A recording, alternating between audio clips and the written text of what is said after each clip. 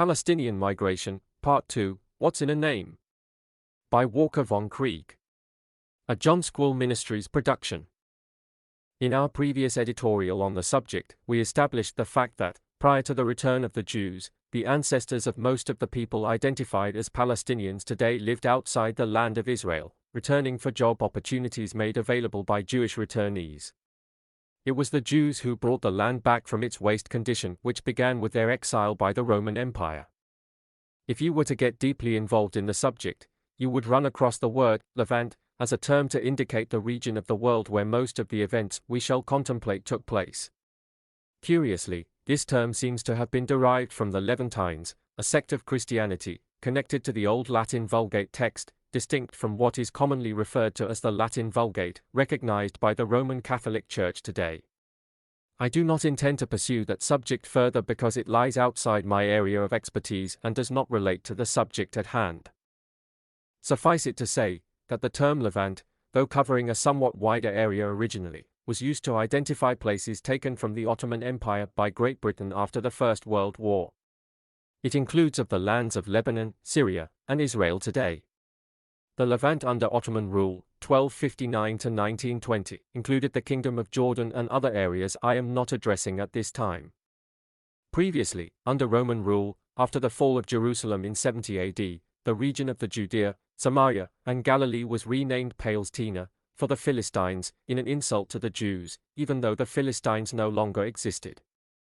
In recorded history there never was a unique group known as Palestinians, until the term was invented for political reasons. Before 1898, it was a generic term for those living in the land, thus you had Palestinian Arabs and Palestinian Christians. The first person to self-describe as a Palestinian was Khalil Baydas, 1874 to 1949, a scholar born in Nazareth. At the time of his birth, Jews were already resettling in the land of Israel and reclaiming the land. The correct view is that the nationalist concept of a Palestinian people, made up of distinctly Palestinian Arabs, dates only from the late 19th century. The false assertion that a Palestinian identity goes back through all eras from biblical times to the Ottoman period is the lie upon which the continuing conflicts are founded. This includes the falsehood that there was a Palestinian expulsion with the 1948 Israeli Declaration of Independence and again after the 1967 war. One has but to read the Declaration of Independence for the State of Israel to know the truth of the matter. The word Philistine comes from the Semitic word for invaders. The word Palestine should therefore mean an invaded land. In 1969, Israeli Prime Minister Golda Meir made the statement, "There is no such thing as the Palestinian people. It's not as if we came and threw them out and took their country, they didn't exist."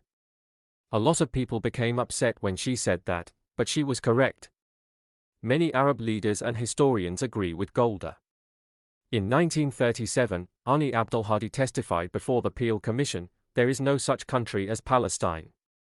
Palestine is a term the Zionists invented. There is no Palestine in the Bible.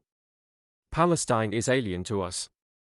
With the information I have provided, it follows that you can discern the true and false of his statement, which has been repeated in part by various Arab leaders from different countries.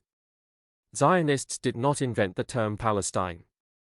Beginning in 1888, the immigration of Jews back into the land increased dramatically.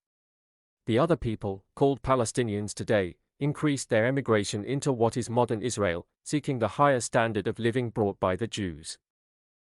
In conclusion, I again quote from the State of Israel's Declaration of Independence, "We extend our hand to all neighboring states and their peoples in an offer of peace and good neighborliness, and appeal to them to establish bonds of cooperation and mutual help with the sovereign Jewish people settled in its own land." Please like, share, and subscribe.